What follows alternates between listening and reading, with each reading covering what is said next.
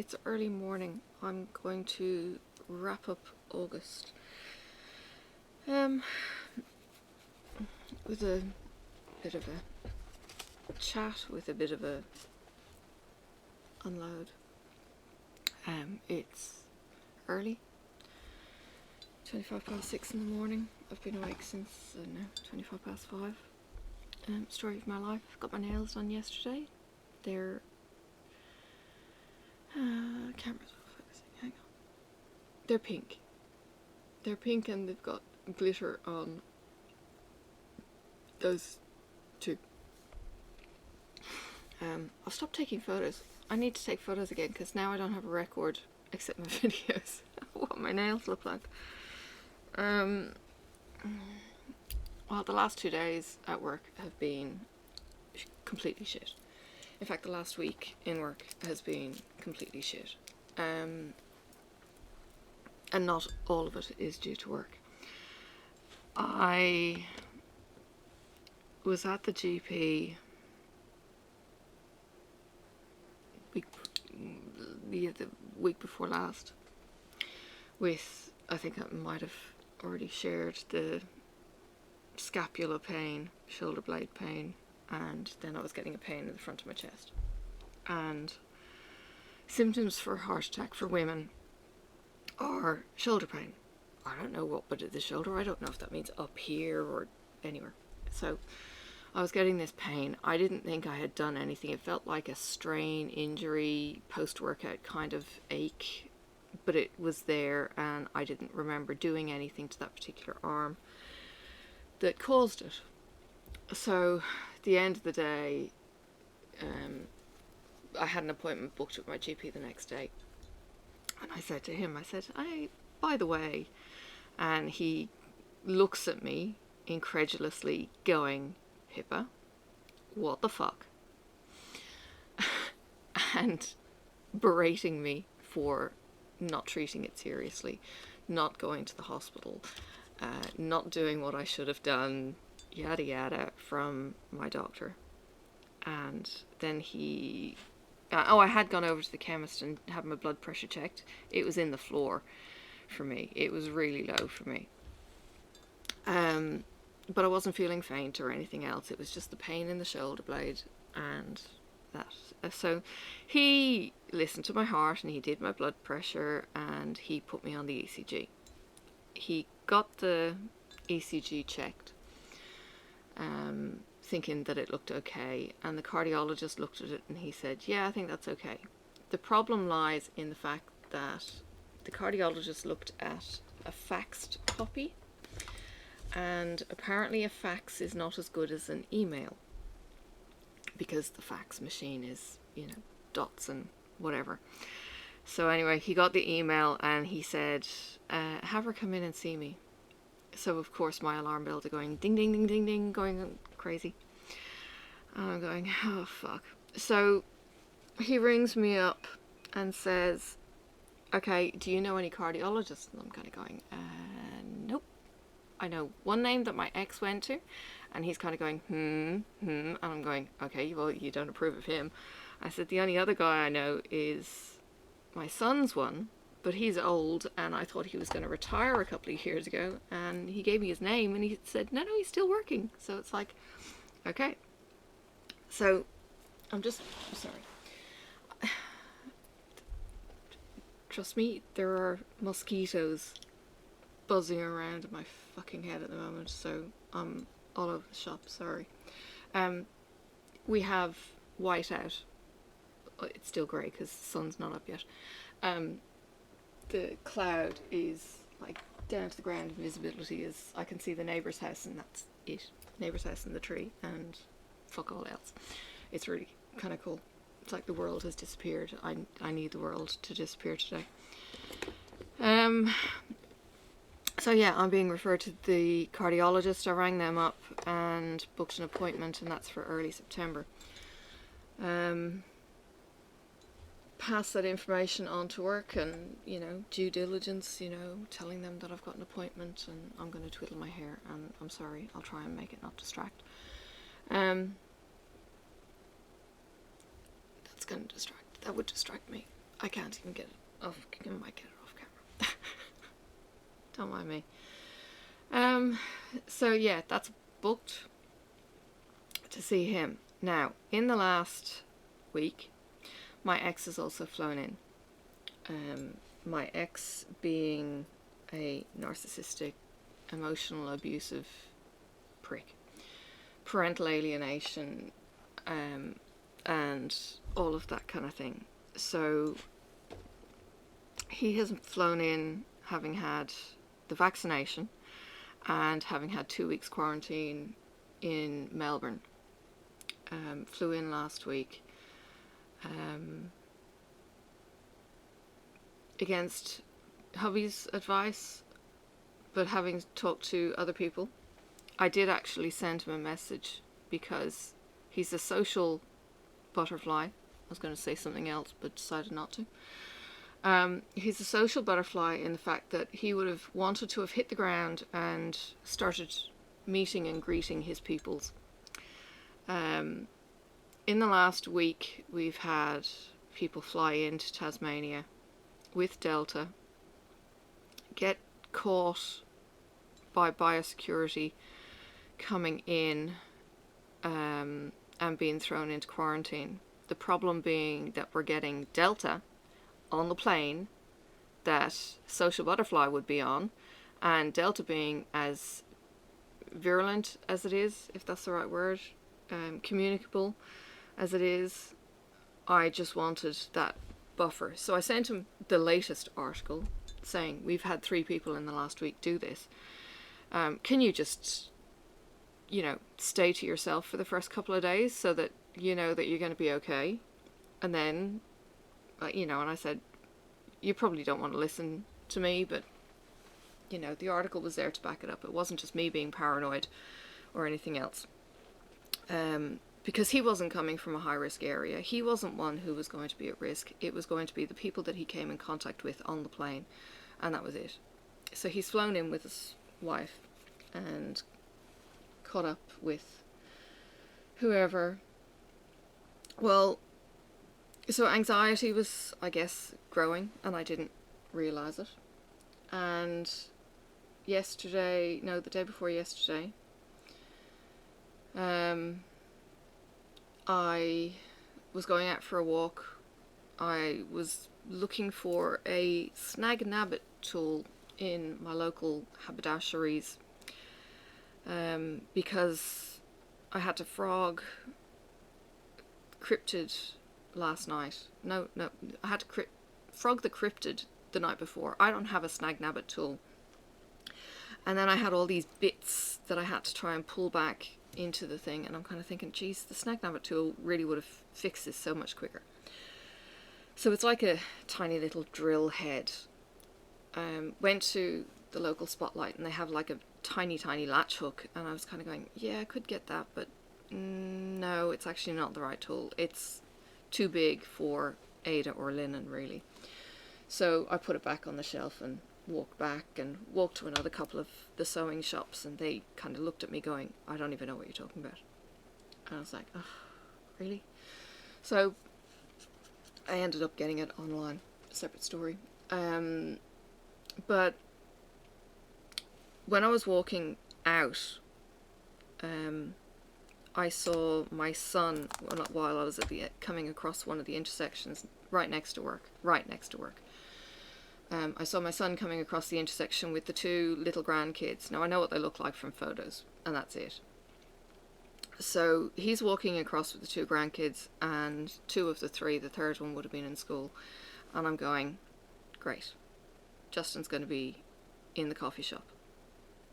And lo and behold, Ian is standing at the front door, big grin on his face, and that confirms it for me. So this is the first time they get to see each other since he comes back. And I keep walking up the street. This is a place that I would regularly go to for a coffee. When I go for coffee, that's where I go. Not necessarily regularly, but I might have a coffee, I don't know, once a week, maybe twice a week.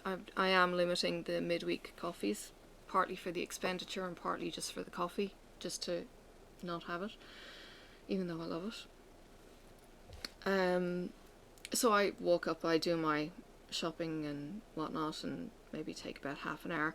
I'm walking up to the store, and you know, I'm walking and I'm striding, and there's no pain in the back, and it's all good. And come back, and they're all on the street now, walking up near one of the banks, and Nora's swinging off Sarah's arm. She's looking down at Nora. I'm sure Justin and Ian have spotted me, and they don't acknowledge me. Ian's carrying his son, and Justin's carrying, I don't know, his and Sarah's coffee or something, talking about Simon and Brittany. And we just walk past each other like fucking strangers. My son, my ex, and my grandchildren, who I've never officially met. So that was fun. And I don't know if it was that day or the previous day. Might have been the previous day. I ended up leaving work in the afternoon and going across to DEM, DEM being Department of Emergency Medicine, sorry. Abbreviated speak for those in the industry, I suppose. So I went across to DEM and told my supervisor, I said, look, I'm having chest pain, I'm going to get it investigated. So I went over, sat there for an hour just trying to do triage, saying, I've got chest pain, whatever. They put me on the ECG, they took bloods, I sat there for another hour and a bit waiting for the results for that. And that came back saying, your ECG is all clear, your bloods are all clear. And I'm going, yeah, okay, and I still have the chest pain. And it was constant, nothing was changing, it was just the chest pain, and it was just like, just check it out. You know, paranoia solved that problem. Then on Thursday, so the interim boss had scheduled a meeting for an assessment for me for Friday. I'm sitting on my computer. I get a message from my middle son who's up in Sydney. He's just had a baby. I get a message from him, and he tells me that he has to have an atrial fibrillation. Sorry, he has an atrial fibrillation, which I knew about, the flutter. But he's got to have an ablation. And I, of course, Google what an ablation is, thinking, I think that's where they shock the heart, but it's not. It's actually where they cauterize, they scar it, so the signals don't transfer through, and that stops the heart going beep, beep, beep, beep, beep. So apparently he's got 300 beats a minute if the signal gets through to his heart. So it just flutters, and it's only half of the heart, and it's just shitting itself, basically. And I've spoken to him since now and have a bit better understanding. It's basically caused by existing scar tissue from when they operated on him. And he said when they go in and do the ablation, which is through veins and arteries or whatever, it's tunnel surgery, when they go in and do this, it will fix it and it'll never be an issue again. Yeah. The mind goes to if they don't kill him first, but I think it's the most successful and least invasive surgery that they can do. If he continues to have the atrial flutter, which I think Dad has as well, but they won't operate on him because he's ancient, 93. That's an aside. But if they do this, it's a permanent fix. So that's good. And they're going to do it in the next 2 weeks. So I'm trying to process this, and I'd eaten at my desk, hadn't really had, you know, a lunch break as such, so I decide I'm going to go for a walk. I need to just clear my head, go for a walk, and my immediate supervisor is the kind of person who says, I want to know where you are at all times, just because. If something happens in the building, I know you're out shopping, or you're out having a walk or whatever. And I'd been doing remedial walking and things like that, and you know. Anyway, so I haven't been with it all week as it is, and just very scattered and everything else, stressed, you know, as I get. And I say to her, I'm just going to go for a walk, and she goes, we have a meeting at 2. This is 1:38. First I knew about it. First I was told about it. The meeting that was scheduled for the Friday that I knew about has been rescheduled. No one told me. So, 2 o'clock comes. I'm now distracted and just writing on paperwork in my office, and the boss comes around going, where's your supervisor? I said, I think she's just gone to the toilet. I said, is this about the meeting? And he said, yeah. So he still hasn't told me the meeting has changed or anything else. Takes me into the meeting, and my supervisor and my acting supervisor, while she was on leave, are sitting on the couch, and I'm going, huh? You know, expected my supervisor to be there, but not somebody else. And he proceeds to give me this end of whatever report, which has always been done by my permanent otherwise supervisor, who was on leave and is back on Monday. Why I couldn't have waited until Monday, I don't know. So he's delivered this and been damning in the process. He doesn't know me. I think we've spoken twice in the 8 weeks that he's been relieving in my section. I'm not even sure he's had a meeting with the department, with my section, whereas my boss would hold a meeting regularly. You know, a once a month meeting. How's everyone going? Have we got any issues that the whole section needs to know about? Whatever. So that meeting hasn't been happening. So he doesn't know me from a bar of soap, except what other people have told him anecdotally. And they've been stories, let's just say. The office gossip has been out slutting himself, and then I overheard him talking about something about me, and it was just like, what the fuck is he doing talking about that in the corridors, let alone anywhere else? So his report was damning, and then he got my supervisor to give her report, which was equally damning, and I'm left kind of, her first response was, do you have anything to say about the first paragraph? And I'm kind of thinking, fuck no, I'm so shocked, I'm not going to respond, because I can't. It was enough. So I sent an email to my work psych, and she actually rings me immediately. I just sent her an email saying, hey, can we meet? And she normally can't meet on the day. She normally is full and busy and everything else, and it's like a week's time. So I just wanted to make an appointment to see her, and she rings me up and she says, are you okay? And I went, no. And she says, come and see me now. I was like, okay. I said, that's going to go down well, because now I've got to tell my supervisor that I'm going. So, who was delayed in a meeting with the inspector, the guy who was doing this, and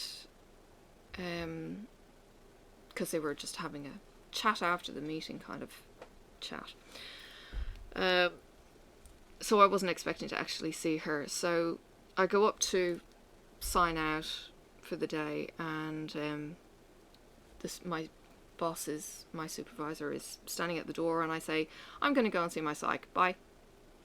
And she just looks at me with a goldfish look, and I walk out. I'm just not with it whatsoever. So I walk out, so I've at least had a chance to debrief, and I've at least had a chance to speak to somebody else and get advice and that kind of thing. But fuck me. The pain in my chest has been there, and I came home and I've got 3 diazepam Valium tablets. And prior to my back surgery, I had asked my GP for some for the anxiety pre-surgery, and he prescribed them to me, so it's all legitimate, you know. People sell them for $25 a pop here, apparently. It's not a lot of money if you've got them and you want to get money, but anyway.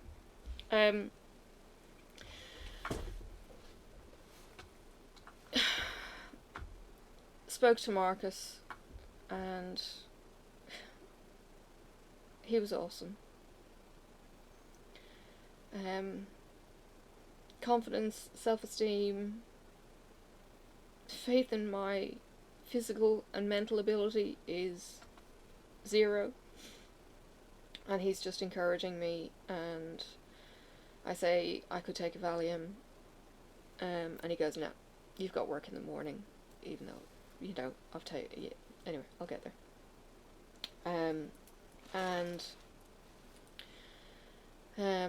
So I don't take one, and all through the night I've got the tight chest, can't breathe. Now I've got the tension headache because I'm churning through everything. The hamsters are, you know, running like cheetahs on the wheel.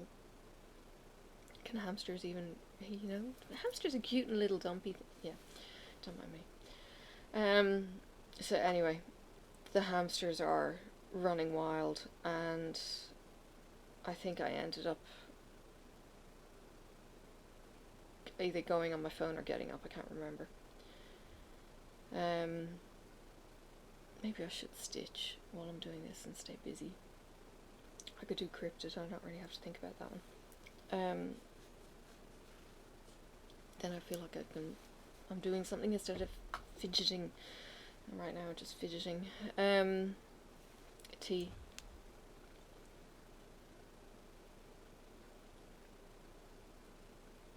So, all yesterday, I do actually make it into the office. I write up paperwork. I have the chest pain all day. My supervisor is now on afternoon start, so she starts at 1. At 2 p.m. she came in to me and said, are you okay? Oh, hang on, I'll take you back to the beginning of the morning. So I share an office with one other girl who has had her own PTSD, stress issues. She puts aromatherapy humidifier on, so we've got smelly stuff happening. She's got a little tea light that she's got next to her desk, flickering like a candle. It's flickering like it's having an epileptic fit. She says it's just a cheapie, but, you know, she's trying to make it nice.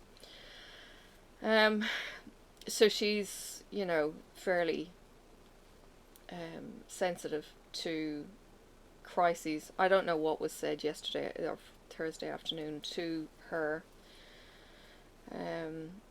but she may have been made aware of something.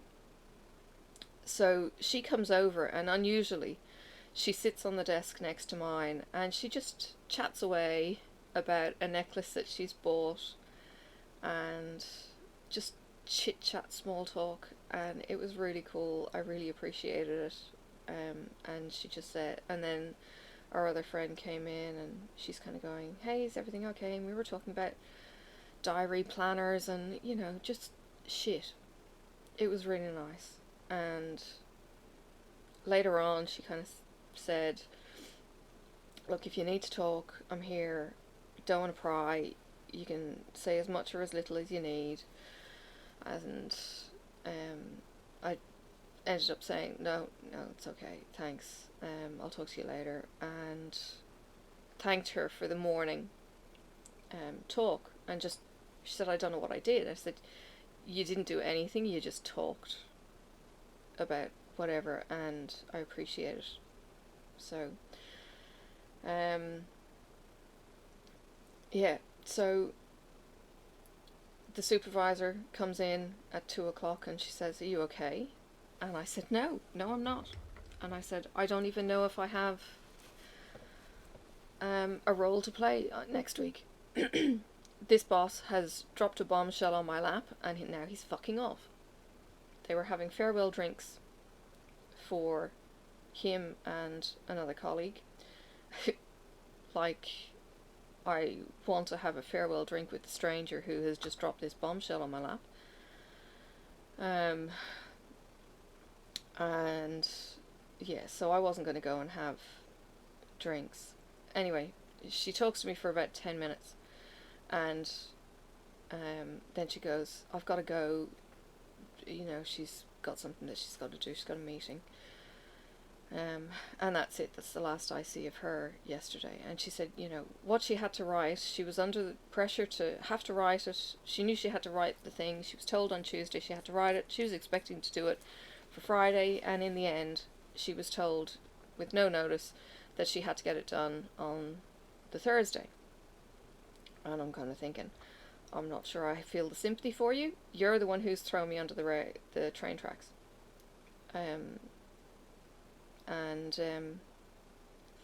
Yeah, I said, but he has made claims and I don't know what I'm doing next week. So anyway, first thing yesterday morning, because you have to ring the GP at like 8:30 in the morning to try and get an appointment. Rang the GP and I kind of had a vague idea that he didn't work on a Friday anyway, but I have managed to get a cancellation for him to see him on Monday morning, so that's good. And that's more about the anxiety chest pain. So between that and the psych, seeing her next week, and I said to her, because she had flagged that anxiety also has this chest pain kind of thing, because I'm sitting there kind of going, my chest hurts, I feel like I've got a horse sitting on it, not an elephant, a horse, and I can't get a breath. I feel almost asthmatic, kind of the gaspy, but yet if I take a deep breath, I can take a deep breath. And it was all kinds of, this is not computing, my brain is not computing this. I've got this tight feeling and, that kind of can't breathe, but yet I can go and breathe. Very, very weird.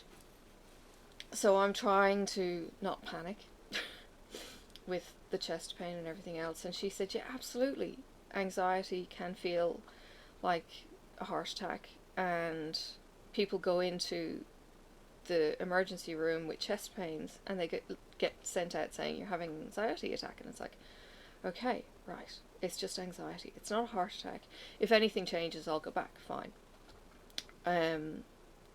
So this had been building before the work situation had got involved, so I think it's probably related to the ex coming back, which makes me feel like even more of a basket case, because I just feel like a basket case. The thing is, before he left, whenever the last time he was here, I don't know, nearly a year ago, he was supposed to be gone for 6 months and he was gone for a year because of COVID. Because I know he was here for Jenna's 21st because he fucked that up for me.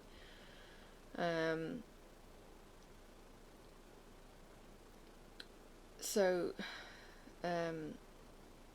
he started to be seen around my city block before he left, and I was walking back from a nearby meeting with a couple of colleagues, and here he is walking down the street.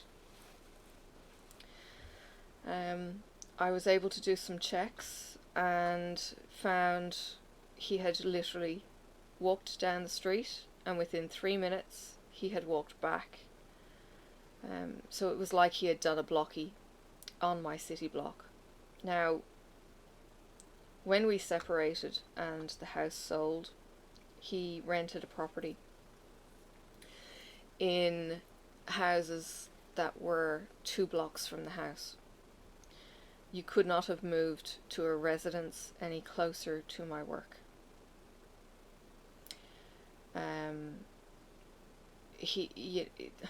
Along with that, he's phoning my workplace saying I'm a basket case and mentally unstable. He rings mental health, telling them I'm mentally unstable. He is telling all our mutual friends I'm a whack job. That's how he operated on separation. And he continued to do this after he'd remarried. He manipulated me so much in the 24 years we were together, 23 years married, day to day. We got divorced on our wedding anniversary, so we were together a year and a half or whatever before then. So in the 24 years we were together, he had brainwashed me, gaslit me, emotionally abused, and was a narcissist. And this was all learned from his alcoholic, abusive parents. His dad was a violent alcoholic who used to beat the shit out of his mother. Now, if Justin had ever tried that with me, I would have killed him. In no uncertain terms. He didn't. Instead, he mind-fucked. So, the fact that he can manipulate my 16-year-old when we separated, and 17, 19 and 20-year-old when we separated, was hardly a surprise. When I was the person that they would go to constantly, I was their support person. I did everything for them. I never said no to them. Fuck, I made a rod for my back. And now if they contact me, and I've seen this with Jenna, if they contact me and he finds out, he manipulates it in such a way that you go, fuck it, it's not worth contacting you again. And he did this with my sister. I would go and catch up with her, go and catch up with Dad. He manipulated Dad. Dad's a fucking sucker.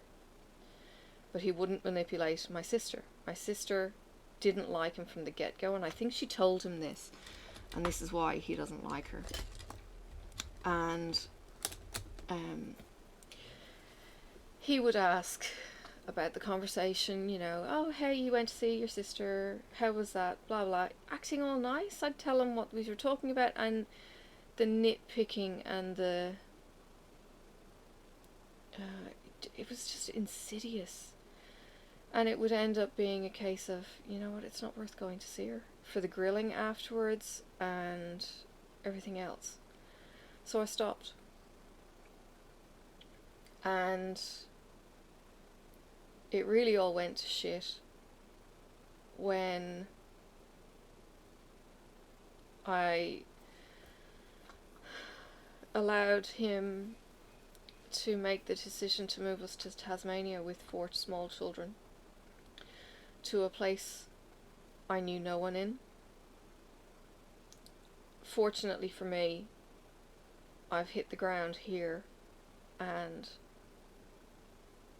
didn't have homesickness. This was home. Only by the grace of God, I'm here.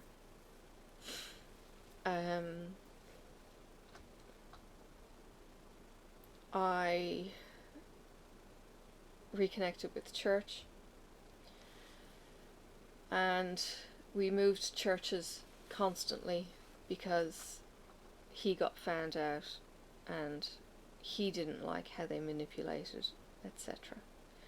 So we moved and we moved and we moved, but I still didn't see it.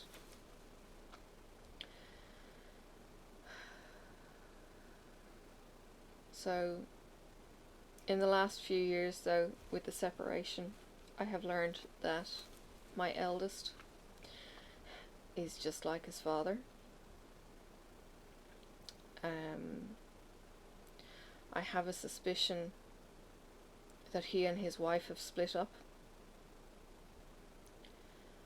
Nobody has confirmed it yet, and I don't want to show my cards yet.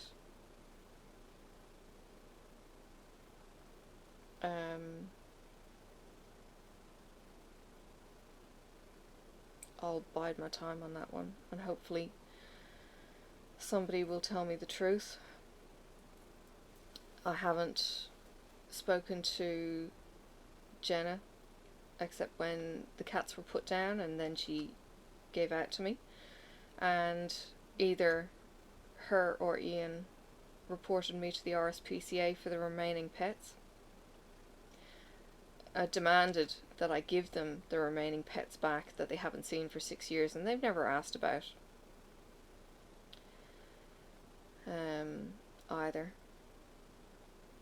So this is all stuff I can't say in my whipping chats because it's an open channel. At least with Patreon I can get it off my chest. And the horse is back, by the way. So yeah, I took half of Valium last night and the pain went, but I ended up taking my evening med for the restless legs too late, and I was so freaking uncomfortable. So I was sitting on the couch. I ended up dozing off for the last 5 minutes of NCIS, which I'm binge watching.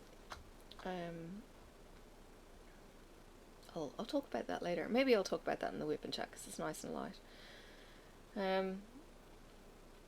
So yeah,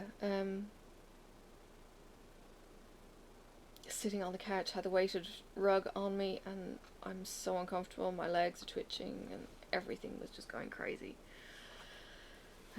So I'm now going to set an alarm for me to take my pills at a time rather than this arbitrary, and because it ended up being 8:30 when I took them, and that is too late. Normally I have a reminder at 5 and then take them around 7 when I'm eating dinner. But yeah, last night was really late because I was out getting my nails done, then came home, made soup, finished heating the soup. Marcus had made bread rolls. Far out, man, you can cook bread. It was awesome. So we had soup and rolls, and then Sophie was a complete pill. She spilled her soup. She broke her bread up and dropped it in the soup, and then goes, bleh, don't like it, and has a fit. So I told her to go to her room, that I didn't want to talk to her, so she's playing down her room, dragging all her books out. Oh my god. Looking through her books, but at least she went and gave us some headspace.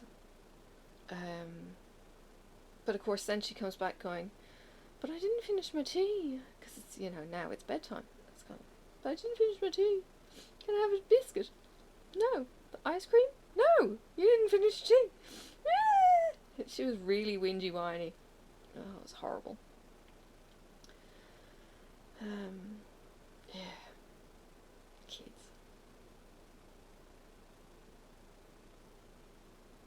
And she's sleeping much better. I changed her pillow from the pillow that's like, it would be like having 3 pillows under an adult's head. Got rid of that one, and now she's got a kind of pancakey pillow, and she was sleeping so much better on the pillow now. So I'm not so worried about that one. So that's good. I check on her every single night. She might not even realise. Well, she's not going to realise. I'm sure Marcus does, because I put my torch on my phone, and I go in and I look at her and I stroke her hair.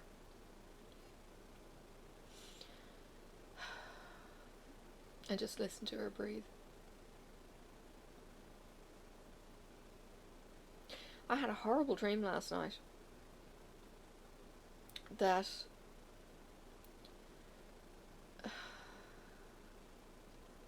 I don't even know what the location was, whether it was a building or a multi-store or what, but I was in this section that had, allegedly, a pond that had glass over the top of the water that you can walk on the water. And I thought, this is going to be cool. I'll walk on the water with, I thought it was Sophie next to me, but I think I had a baby in my arm and toddler next to me. Well, another couple, another mother and child, were walking on this glass top on the water. And then I stepped onto it and the glass wasn't there. And we ended up sinking under the water, and it was this dark, dank water. And I couldn't see anything, and lost the toddler child that was on my hand. Could not find them at all. And then the next thing I know, there's like a top on this pond. It's been completely sealed over. And I tell them I want to go and search this water again. And some male goes, "We've searched it for 5 hours. The child is not there." It's like, it was trippy. It was all... okay. Very, very weird. Yes, that was a weird dream. Yeah. But then, so I'm lying in bed, 5:25, and the brain starts going into overdrive, and the hamsters get on their little bicycles again, and I'm going, work this situation, work this situation, work this situation. And Marcus is kind of going, "Do you want to cuddle? No. Do you want a spoon? No." He's kind of going, "I just want my missus to be okay." I was like, "Yeah, okay." And I think we lie there for another hour, and I'm kind of going, hamsters, not shutting up. If I go on my phone, it disturbs him sleeping because the flicking or the reading or whatever. So it's just like, fuck it, I'm up. So I'm up. And I just said to him, "Make me a coffee when you get up." Or, "I'll have a coffee when you get up. No rush." So I've got my tea. It's now cold-ish.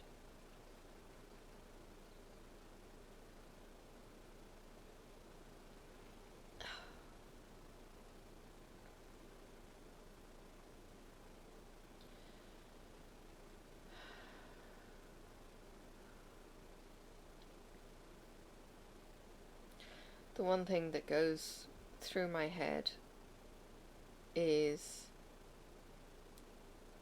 I have raised my back being an issue, or other things, and mental health being an issue and other things through the years, and they have still pushed me in the role, treating me like I haven't had any issues, saying I'm in this position 7 years, I should have much more experience, I should be mentoring, blah blah. And no duty of care has been given in that time.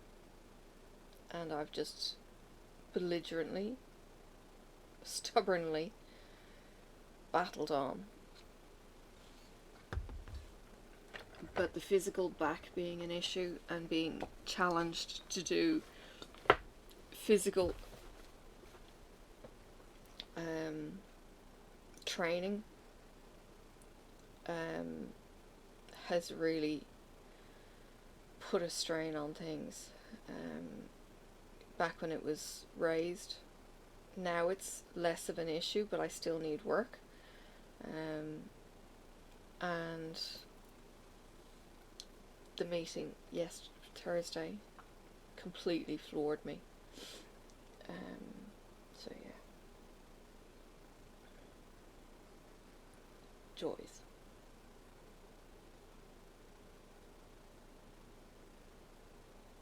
And I've got a neurotic cat.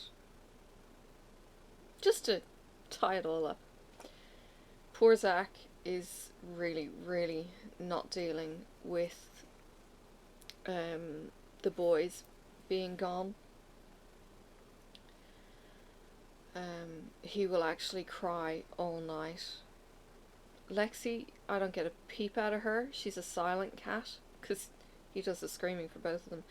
She's the kind of cat, okay, ironically, He's Prozac, she's Lexapro. They're both antidepressants, right? I got them as foster kittens when I was off with major depression in 2011, 2012. And Lexi, as a kitten, would choose her person and sit there. When I initially went off on depression, I actually said to my ex, after I'd done a bit of research, I said, I think you need to go and see the GP, and I think you need to try antidepressants. And he did. And he took some time off, because, let's just say, everything I did, he tried to do too. My job, he tried to get into my job. No. He tried to get into my job again. No. He, anyway. He took antidepressants, and for the first time ever, he was responsive to what I was saying. And I thought, okay, we can make this work, maybe. But he was at home for, I don't know, 2 weeks off work or something. And he sends me photos, I think, or it goes, help, I'm captive, because Lexi would get and sit on his lap. And of course, what is it with people not wanting to move their cats? I haven't had mine in the house for so long I've forgotten. Mine used to sit up on the back, or they'd nestle into my knees or something. But what is it with people not willing to move cats? And he'd be kind of going, help. So Lexi actually comes and will sit on you in her terms and just not budge and just be there. She greets me by sniffing my fingers and then nomming on my nail. Kind of, that's her affection.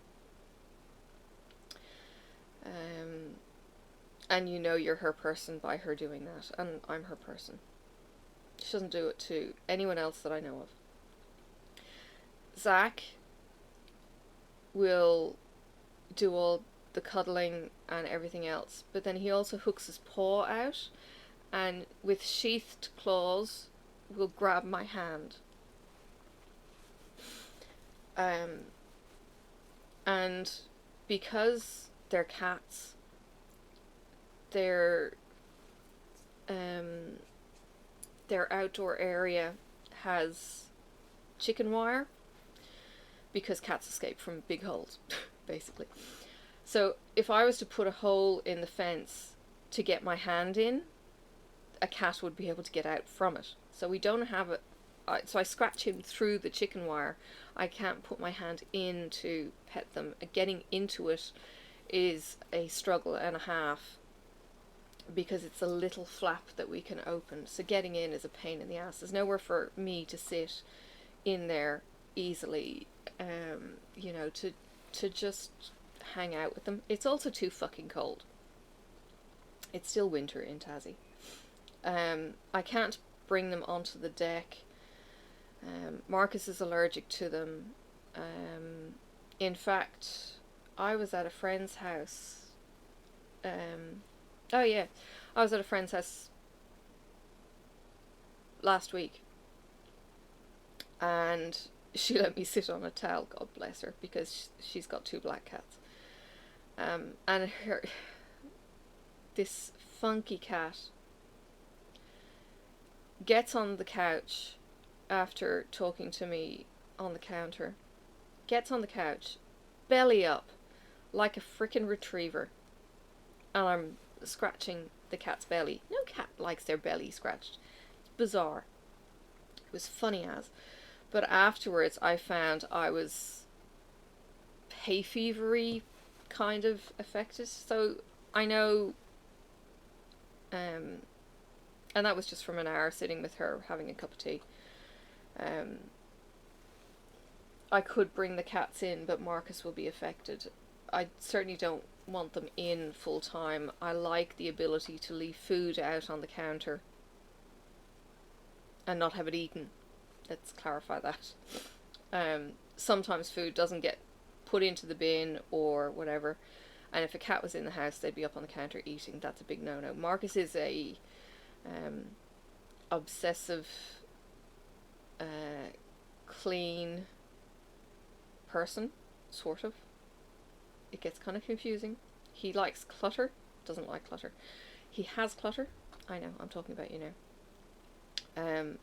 But when it comes to things being clean, he will do it to the nth degree. It will be detergent and all kinds of cleaning.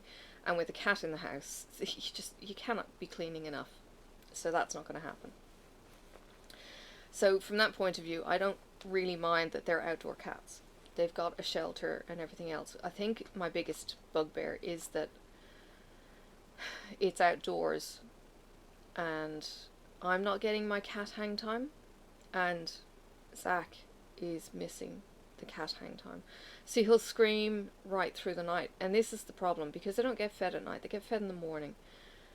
If I was to feed them at night, the rats would be out there, and the kangaroos, the wallabies, we don't have kangaroos in Tassie. They're small. They're Bennett's wallabies, Bennett's kangaroos. Anyway, minor. They come and they eat the cat food that spills out of the cage area, through the bottom when the cats are knocking stuff out. But the fact that he's screaming through the night is an issue because it means he's not sleeping, and it's not because he's hungry. He just wants mum or the boys. And when I've had animals die in the past, I'll let the animals sniff the dead ones. I had property that I could bury them on, so I could do that. I'm not in a property now where I could bury them, although I could maybe have put them in the front yard. Nobody goes out there in the corner, but still, I don't have them now, and so they never got to say goodbye, and I think that's part of the issue. But Zach, since the day that the two boys have gone, has really not coped. But to separate the two of them and just be left with Lexi, she'd be lonely. I don't know what's going to happen when one dies. I'm not going to go out and get a kitten just to keep them company or anything. But it's not going to be a fun place for them. This would make them 10.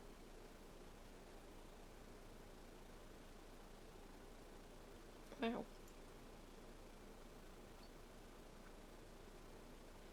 So they're 9 now. They'd be 10 in the next year. Yeah. A failed foster mum. That's me. I also had property that it didn't matter if the cats ended up going feral. They were neutered. And they came and went as they chose. I don't know what the hell happened in the last year with them, though. They started soiling in the house, even with the cat flap. Maybe they were just reacting to the shit that was going on. I don't know. Or it was just Tango, and he was Tango was my Ranga. He was actually Simon's cat. He was the bastard who looked at me in the eye and pissed on my modem. And I went out and bought a new modem, and he did it again. He got unceremoniously drop-kicked out the door. That was the straw. He was a nice cat, though. Other than being a bastard like that. He was okay. He was a big softy. Found him curled up in a box, dead one morning. He had been fitting well the day before. Yeah. That was a bit of a surprise. So, with him, I let the cats sniff him So they knew he was dead before I took him to the vet, and they disposed of his body for me. Because again, nowhere to bury him. Yeah, so anyway. Alright, well that's my August in a nutshell. I hope the chest pain and anxiety doesn't kick in today. I plan on stitching. I plan on helping Marcus put the kitchen back in order. He's been working on the pantry, putting lino down. On the shelves we've got baskets. We're rearranging the whole pantry. Far out. It's turned into a mammoth job that he's done. But the pantry, this is part of the OC. He has cleaned every single container going back into the cupboard. So there's a clean shelf, and then all the containers are clean. So there's no residue or anything on anything anymore. And yeah, we've just got to sort it, but there is another cupboard that he has to build shelves out in, so that he might be doing that today. And tomorrow I've got my stitch and chat, catch up with the girls. So yeah, we'll see how this weekend pans out. Pizza tonight. Yeah.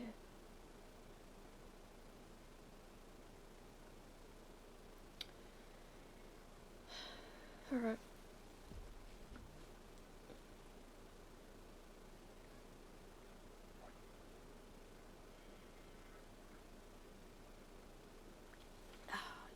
Tea gone. Time for another.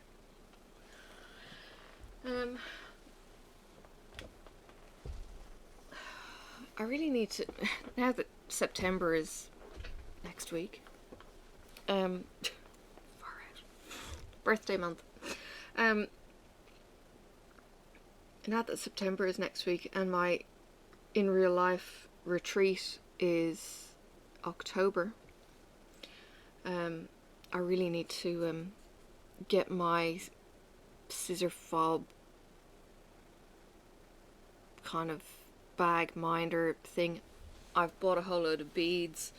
I've got cover minder material as well that I need to just sit and create. Glue magnets to the back. It's not very creative, but you know. The bead project bag keepers are a thing. I've actually got stones, and Marcus has a butt ton of other beads he created. It needs a good cleaning, so I'm not going to show you, but he made this mirrored disco light show thing up on the ceiling with his girls years ago, and literally all these beads hang down like it's optic fiber, so they glow, and it's like a double helix inside, so if you lie down underneath you can actually look up and it's a double helix, and it's got beads hanging down like glowworms. Pretty much what it's like, but yeah, there's some of it that's a bit tangled and it's all dusty, so if you've got a picture I'll let you know, but I've got all these beads left over as well, so it's going to be beads and stones anyway to make this idea.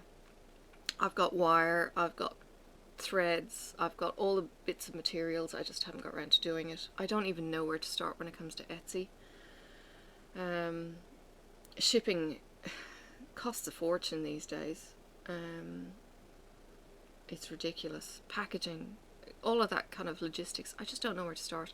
I'm working full time and not having brain space and everything else. Marcus sent me a picture of a rammed earth house, designed by architects in Sweden, of this grass roofed house with pitch roof, had grass growing on it, and it showed two cross sections of the house. Now, normally my space reasoning is as good as any man's, right? I've got space reasoning. I can look at a dice that's been flattened and know which side is next to which side. I can 3D visualize things and everything else. For the life of me, I did not have the brain power to be able to do this. My IQ has gone down 50 points with this stress. It's ridiculous. It's horrible not having my faculties, and to be looking at this thing going, I know I should be able to understand this, but I am not. Yeah. After I looked at it the second or third time, it was like, oh, I think it's making a bit more sense. But even still, it was difficult, let's just say. Yeah. Alright. I'm going. It's been an hour. And, yeah. So there's where I'm up to. Anxiety and chest pains. That's a new thing. Yay. I'll talk to you soon. Bye.